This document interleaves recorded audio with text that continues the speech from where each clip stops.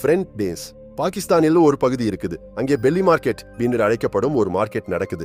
நாம் வழக்கமா மார்க்கெட்டுக்கு போனா காய்கறிகள், துணிமணிகள், வீட்டு சாமான்கள் இப்படி வாங்குவோம் இல்லையா?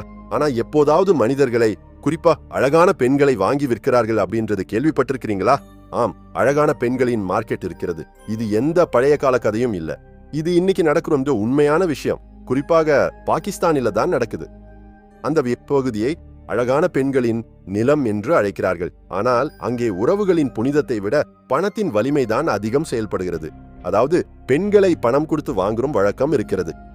ஃப்ரெண்டன்ஸ் இந்த நவீன யுகத்திலும் திருமணத்திற்கான பெண்களை வாங்கி விற்கிறார்கள் அப்படின்னு நம்ப முடியுதா?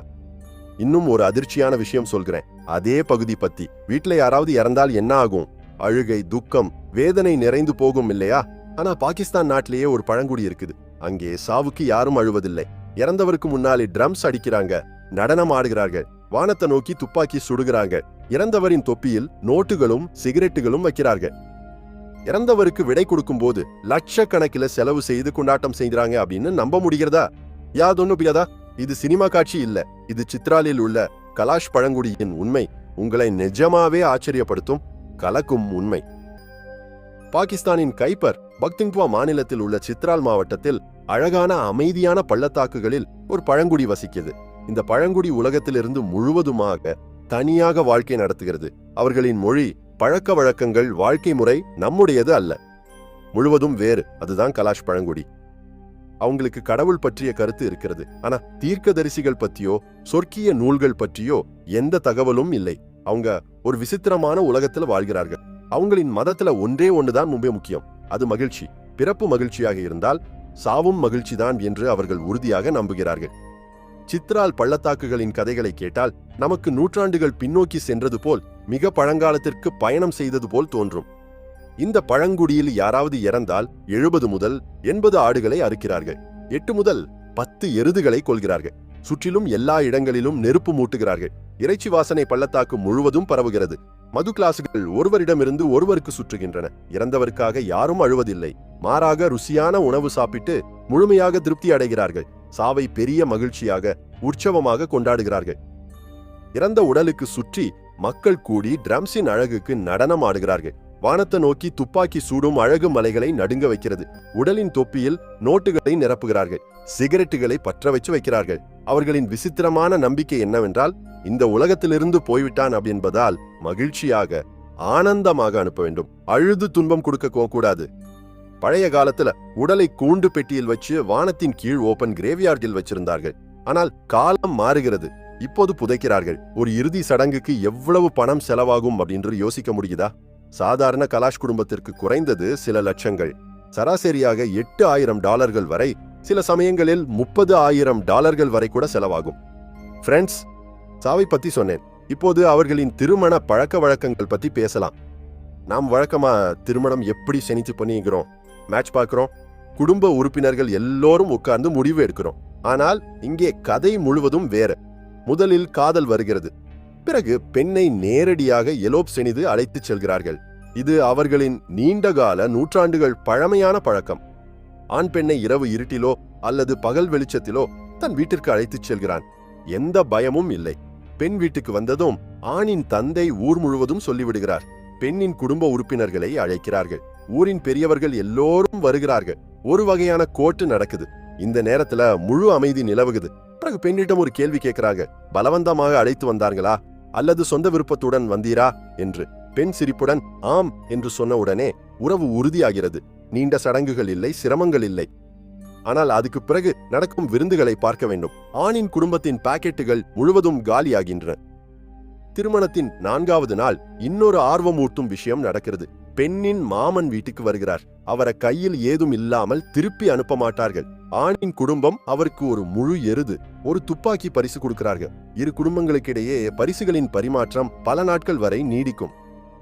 அவர்களின் திருமணத்தில் மிக அதிர்ச்சியான விஷயம் என்னவென்றால், நமது சமூகத்தில் யாரும் யோசிக்க முடியாதது. இங்கே திருமணமான பெண்ணையும் எலோப் செய்து அழைத்துச் செல்லலாம். ஆம், சரியா தான் கேட்டீங்க. ஒரு திருமணமான பெண் வேறு ஒரு ஆணை காதலித்தால் அவனுடன் ஓடி போகலாம். அது சொந்த விருப்பத்துடன் நடந்தால் முதல் கணவன் கோபப்பட மாட்டான். எந்த ஆட்சேபனையும் சொல்ல மாட்டான். எந்த சண்டையும் இல்லாமல் விட்டுவிடுவான். இப்படிப்பட்டதை நாம யோசிக்க முடியுமா? இந்த ஜோடிக்கு முதல் குழந்தை பிறந்தால் மீண்டும் புதிய புயல் வரும். இந்த மகிழ்ச்சியும் அவங்களுக்கு மிகவும் விலை உயர்ந்ததுதான். முதல் குழந்தை பிறந்த உடனே பெண்ணின் குடும்பம் அவர்கள் வீட்டில் பிரம்மாண்டமான விருந்து ஏற்பாடு செய்கிறது. ஆடுகளை அறுக்கிறார்கள், எருதுகளை கொல்கிறார்கள். ஆனால் இந்த முழு செலவும் யாருடையது? ஆணின் குடும்பம்தான் ஏற்றுக்கொள்கிறது. பில் மொத்தமும் ஆணின் குடும்பத்தினுடையதே. அவ்வளவு மட்டுமல்ல, இன்னொரு விசித்திரமான பழக்கமும் இருக்குது. ஆணின் குடும்பம் பெண்ணின் குடும்பத்தில் உள்ள ஒவ்வொரு உறுப்பினருக்கும் ஒவ்வொரு உறவினருக்கும் தனித்தனியாக பணம் கொடுக்க வேண்டும். ஆனால் அந்த பணத்தை வானத்தில வீசி எறிகிறார்கள், டாஷ் விளையாட்டு போல. முதல் குழந்தை ஆண் குழந்தையாகி சில வருடங்கள் கழித்து மீண்டும் ஆண் குழந்தை பிறந்தால் இதே செயல்முறை, இதே செலவு மீண்டும் திரும்புகிறது. இப்போது மேலும் முன்னால் சென்று மிக கடுமையான உண்மை பற்றி பேசலாம். இது பெண்களுக்கு எதிரான மிக கடுமையான விதிமுறைகள் பற்றியது. கலாஷ் பெண்கள் மாதவீடாய் வந்தால் அவர்களுடன் எப்படி நடந்து கொள்கிறார்கள் என்பது மிக அதிர்ச்சியானது. அவங்களை சொந்த வீட்டிலிருந்து வெளியே துரத்தி பஷாலினி என்ற சிறப்பான தனியாக இருக்கும் இடத்திற்கு அனுப்புகிறார்கள். அந்த இடத்தை அவங்கள் மிகவும் அசுத்தமானதாக கருதுகிறார்கள். அவ்வளவு அசுத்தமாக இருப்பதால் சாதாரண மனிதரும் அந்த இடத்தை தொட நினைக்க மாட்டார். பெண் பிரசவத்திற்கு நெருங்கும் போது 10 நாட்கள் பஷாலினியிலேயே இருக்க வேண்டும். முழுமையாக சுத்தமாக இல்லாவிட்டால் வீட்டு கதவை திறக்க கூடாது, பாத்திரங்களை தொடக்கூடாது. வயசுக்கு வந்த பெண்களுக்கும் அதே விதி. வீட்டில் பக்குவத்தை அனுமதிப்பதில்லை. நேரடியாக பஷாலினிக்கு அனுப்புறாங்க. அந்த பெண்கள் பஷாலினியில குளிக்கலாம், ஆனா முடிய கழுவக்கூடாது. இன்னும் விசித்திரமான விஷயம் கேளுங்க. அந்த அசுத்த நிலையில் பஷாலினியில் ஒரு பெண் இறந்தால் அந்த உடலை ஊரின் பூஜை இடத்துக்கு மரியாதையுடன் கொண்டு வருவதில்லை. ஊருக்குள் கொண்டு வருவது முழு தடை. பஷாலினி அருகே கீழே உள்ள இடத்துல 3 நாட்கள் வச்சு பிறகு அமைதியாக புதைக்கிறார்கள். எவராவது பயணி பஷாலினி சுவரை தொட்டால் அல்லது சிறு குழந்தை தாயை பார்க்க வேண்டும் என்று அழுது கொண்டு சென்றால் ஊர் முழுவதும் பயந்து போகும். அந்த இடத்தை மீண்டும் சுத்தப்படுத்த வேண்டும். உடனே ஒரு ஆட்டை பலி கொடுக்கறாங்க. பெண்களை இப்படி பிரிப்பது சரியான்னு நீங்க நினைக்கிறீங்களா? ஃப்ரெண்ட்ஸ், இப்பொழுது இந்த பள்ளத்தாக்கின் ஆழமான மறைக்கப்பட்ட ரகசியத்தை நோக்கி செல்வோம். சில வெளிநாட்டு NGOக்கள் இங்கே அமைதியா விளையாட்டு ஆடுகிறாங்களா? இப்போது பல கலாஷ் பெண்கள் வேகமாக இஸ்லாம் மதத்தை ஏற்றுக்கொள்கிறார்கள். இதை அந்த வெளிநாட்டினர் ஜீரணிக்க முடியவில்லை. அதை தடுக்க ஒரு விசித்திரமான வழியை கண்டுபிடித்துள்ளனர். ஒவ்வொரு நபருக்கும் ஒரு வங்கி கணக்கு திறந்துள்ளனர். ஒவ்வொரு மாதமும் ஐரோப்பாவிலிருந்து பெரிய தொகை பணம் வருகிறது. ஒரே நிபந்தனை மட்டும், இஸ்லாம் மதத்தை ஏற்கக்கூடாது. வேறு எந்த மதமானாலும் சரி, ஆனால் இஸ்லாம் மட்டும் வேண்டாம். வெளிநாட்டினர் இங்கே பிறந்த குழந்தைகளை தத்து எடுத்துக்கொள்கிறார்கள். தொடர்ந்து பணம் அனுப்புகிறார்கள். யாராவது மதம் மாறாமல் இருப்பதற்காக இப்படிப்பட்ட ஏலம் கூட நடக்கிறது என்று எப்போதாவது யோசித்திருக்கிறீங்களா? ஃப்ரெண்ட்ஸ், இந்த ஆச்சரியங்களின் பயணம் இன்னும் முடிவடையவில்லை. ஆகஸ்ட் மாதத்தில் அவர்களின் பண்டிகை வருகிறது. பெண்கள் தலையில் பூக்களால் அலங்கரிக்கப்பட்ட தொப்பிகளை அணிகிறார்கள். இது அவங்கள் இளம் பெண்களாகிவிட்டார்கள் என்பதற்கான அறிகுறி. நூற்றாண்டுகள் கடந்துவிட்டன. உலகம் மாறிவிட்டது. ஆனால் இந்த மக்கள் தங்கள் விசித்திரமான பாரம்பரியங்களை உறுதியாக பிடித்துக் கொண்டிருக்கிறார்கள். சோ ஃப்ரெண்ட்ஸ், பாகிஸ்தான்ல இப்படிப்பட்ட ஒரு உலகம் இருக்குது அப்படின்னு எப்போதாவது கேள்விப்பட்டிருக்கிறீங்களா? கமெண்ட்ஸில் சொல்லுங்க. இந்த வீடியோவை எல்லோருடனும் ஷேர் பண்ணுங்க.